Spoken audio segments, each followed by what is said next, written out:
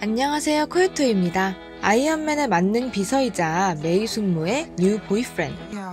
마블 시네마틱 유니버스 영화 속에서 해피 호건을 연기한 존 파브로가 단순히 할리우드에서 잘나가는 배우인 줄로만 알고 계셨던 분들이었다면 주목해주세요. 마블 영화의 원년 멤버 해피 호건이자 아이언맨, 아이언맨2의 감독, 마블 시네마틱 유니버스 속 영화들의 총괄 프로듀서이자 디즈니 애니메이션 실사 프로젝트의 출발점에 섰던 장본인, 올해 최대 기대작인 디즈니의 킹, 라이온 킹의 연출까지 맡은 2019년의 디즈니 레전드, 덧붙여 요리사를 겸하고 계신 분이기도 하죠.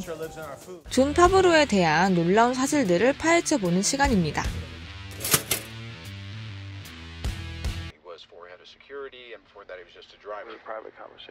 아이언맨에서 아이언맨의 공적인 일부터 사적인 일까지 처리하며 그의 든든한 버팀목이 되어주었던 해피 호건. 알고 보면 영화 아이언맨의 모든 것을 책임졌던 감독님이셨습니다. 아이언맨은 마블 코믹스에서 다소 인지도가 높지 않았던 캐릭터를 전 마약 중독자 배우가 연기한 영화였습니다. 약점이 많아 보였지만 이 영화는 MCU의 포문을 열어준 작품이 되었고요. 마블 코믹스 측에서는 극구 반대했지만 존 파브로가 뚝심 있게 밀어서 캐스팅된 로버트 다우니 주니어는 할리우드 최고의 슈퍼스타로 재기하는 데 성공했습니다. 슈퍼히어로 영화로는 드물게 아이언맨은 대중과 평단의 입맛을 고루 만족시킨 영화가 됐고요. 영화 개봉 이후 10년이 지난 지금도 MCU에서 가장 많은 사랑을 받고 있습니다. 이렇게 큰 성공을 거두면서 할리우드에 믿고 보는 감독으로 거듭난 해피 호건, 아니 존 파브로는 자연스럽게 아이언맨2의 연출도 맡게 됐죠. 아이언맨2에 대한 뜬금포 TMI를 전하자면 극 중반 아이언맨의 가면을 쓰고 있다가 위험에 처한 소년이 나오는데요. 후에 이 소년이 피터 파커, 즉 스파이더맨의 어린 시절이었다는 사실이 밝혀져서 되게 화제가 되기도 했습니다. 아이언맨2에서는 존 파브로의 아들 맥스 파브로가 이 소년을 연기했는데요. 그럼 존 파브로는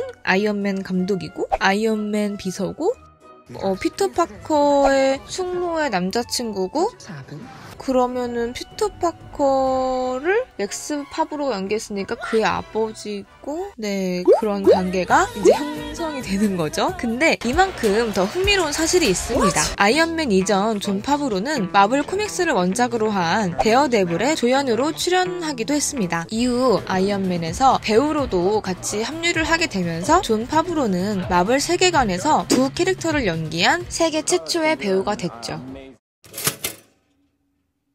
아이언맨 3의 제작을 앞두고 그는 MCU를 떠나겠다고 선언합니다. 새로운 도전에 대한 갈망이 생겼기 때문인데요. 존 파브로는 당시 인터뷰를 통해서 아이언맨과 아이언맨 2를 연속으로 연출하면서 디즈니로부터 많은 영감을 받았다. 그들의 아이디어로부터 전율을 느끼곤 했으나 다른 기회를 잡고 싶었다. 4, 5년 동안 프랜차이즈 시리즈 작업에 매여있는 대신 다른 기회에 내 자신을 열어두고 싶다고 밝혔는데요. 대형 스튜디오를 떠난 후 그는 저예산 작품을 들고 극장을 찾았습니다. 그 중에서 우리에게 가장 친근한 작품은 바로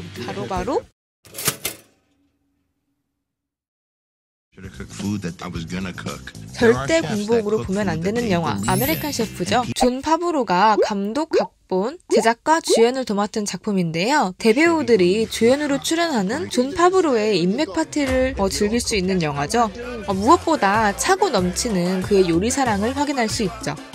아메리칸 셰프를 위해 존 파브로는 기네스 펠트로를 통해 알게 된 미국의 유명 푸드트럭 요리사 로이체를 섭외해서 그에게 직접 요리를 배우고 그의 식당에서 일을 하면서 영화를 준비해 나가는 열정을 선보였습니다. 영화가 개봉한 이후에도 존 파브로는 로이체와의 인연을 계속 이어왔는데요. 더 셰프쇼에서 두 사람의 끈끈한 파트너십을 확인할 수 있습니다. 더 셰프쇼에서 존 파브로는 로이체 그리고 게스트들과 함께 이런저런 요리를 만들고 시식도 합니다. And then I go into the hotel room and there's a truss and wire and he's flipping every take.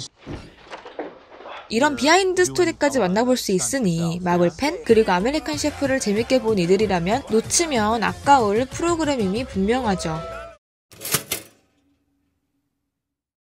이렇게 만렙의 재능을 뽐내는 그가 20대에는 백수로 지낸 적도 있다는 사실. 존 파브로는 월스트리트의 금융 분야에서 일을 시작했습니다. 그러나 별로 흥미를 느끼지 못했죠. 블랙 먼데이 발생 일주일 전 그는 월스트리트를 박차고 나옵니다. 존 파브로는 뉴욕에서의 생활을 청산하고 시카고로 떠납니다. 그리고 그곳에서 세컨드시티 극장의 공연을 보게 되죠. 세컨드시티는 할리우드의 유명 코미디언, 배우들을 여러 배출한 극장입니다. 무대 위의 매력에 단번에 사로잡힌 존 파브로는 저녁 시간에 파트타임으로 근무를 하면서 코미디를 익히기 시작합니다. 세컨드시티 근무 4년차, 그에게도 기회가 찾아옵니다. 숀 에스틴 주연 영화 루디에 캐스팅된 건데요. 이제 나도 할리우드 배우가 됐다 싶었지만 별다른 연락이 오지 않았다고 합니다. 그 즈음에는 쇼생크 탈출의 오디션을 보기도 했다고 해요. 존 파브로의 회상에 따르면 썩 좋은 기억은 아니었습니다. 유명하지 않은 데다 뚱뚱했던 그는 오디션에서 자기를 소개할 멋들어진 말을 찾지 못했고 자존감이 낮아져서 다이어트를 시작했습니다. 1년 만에 무려 36kg를 감량할 만큼 독하게 다이어트를 했는데요. 살을 빼고 나니까 다른 이유로 캐스팅이 불발되기 시작했습니다. 캐스팅을 하려는 사람들 대부분이 루디에서의 그 체격 있는 모습을 원했던 거죠. 날씬한 존 파브로는 단숨에 백수가 됩니다.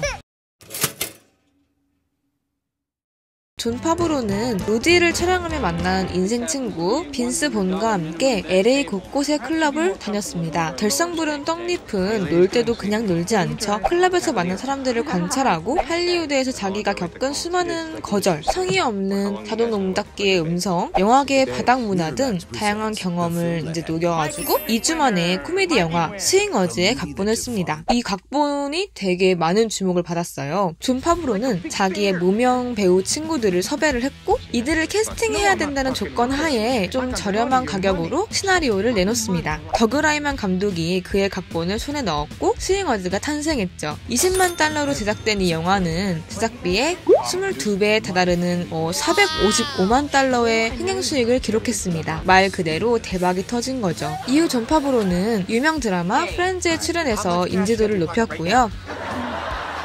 러브앤섹스, 베리 배드 띵스, 윈블던 등에 출연했습니다. 2001년에는 메이드로 연출 데뷔를 치렀고요. 2003년에는 엘프로 연출 대박을, 2005년에는 주만지의 속편 자투라 스페이스 어드벤처로 개성있는 연출력을 뽐냈습니다. 아이언맨의 성공 이후에는 존 카터의 연출을 맡을 뻔하기도 했다는데 안 하길 천만다행이죠. 우리가 지금 바로 그를 주목해야 하는 이유, 바로 라이언킹이죠. 정글북에서 실사라고 착각할 만큼 정교한 퀄리티로 동물들을 창조해내시며 개봉과 동시에 정글북의 속편 연출까지 확정지은 존 파브로 감독. 올해 디즈니의 최고 기대작 라이언킹에서 그의 갈고 닦은 CG 실력을 확인할 수 있습니다. 월트 디즈니 애니메이션 스튜디오 역대 최고작으로 평가받는 라이언킹의 라이브 액션 연출작을 존 파브로 감독에게 맡겼다는 사실만으로도 디즈니가 얼마나 존 파브로 감독을 신뢰하는지 알 수 있죠.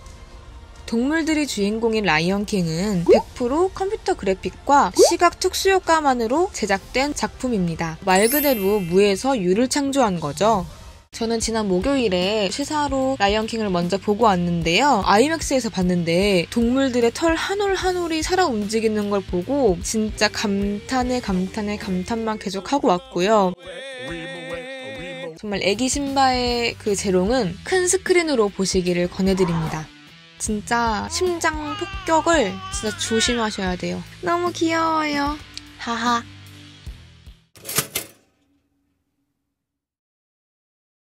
존 파브로 감독의 차기작에 대해서도 할 이야기가 진짜 많은데요. 간단히만 소개를 할게요. 라이언킹을 통해서 정말 놀라운 기술의 진보를 선보이셨는데요.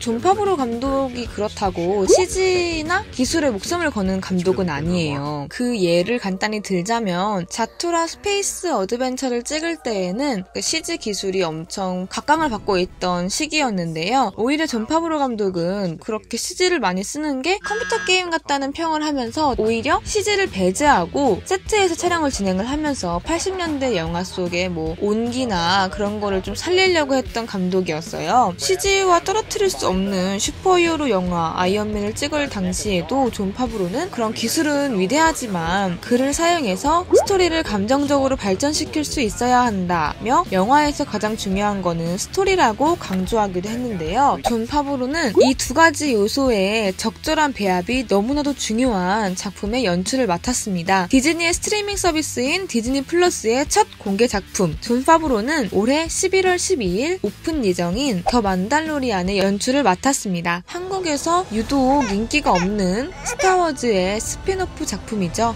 한솔로 스타워즈 스토리에서 리오 듀란트의 목소리를 연기했던 존 파브로와 스타워즈의 연결고리가 돋보이는 부분입니다. 이 드라마에는 무려 1억 달러의 제작비가 투입되었고요. 시즌1이 공개되기도 전에 시즌2 제작이 확정된 디즈니의 정말 대형 드라마입니다. 총 8부작으로 제작될 예정이고요. 은하계의 외딴 곳에서 활약하는 떠돌이 총잡이의 여정을 다룬다고 합니다. 스타워즈 시리즈 영화로 따지면은 6편과 7편 사이를 배경으로 하고요. 스타워즈의 팬들이라면 기대를 안 할 수 없는 드라마입니다. 토르 라그나로크의 연출을 맡은 타이카 와이티티 감독 그리고 배우 브라이스 달라스 하워드 등이 각 에피소드를 연출하고요. 드라마 왕자의 게임, 나르코스 등에 출연한 페드로 파스칼이 주연을 맡았습니다. 믿음직스러운 제작진 그리고 출연진이 어떤 작품을 만들어낼지 정말 기대가 됩니다. 오늘 제가 정리한 존 파브로에 대한 이모저모는 여기까지입니다. 끝까지 봐주셔서 정말 감사드리고요. 저는 다음에 또 다른 이야기로 찾아오겠습니다. 감사합니다.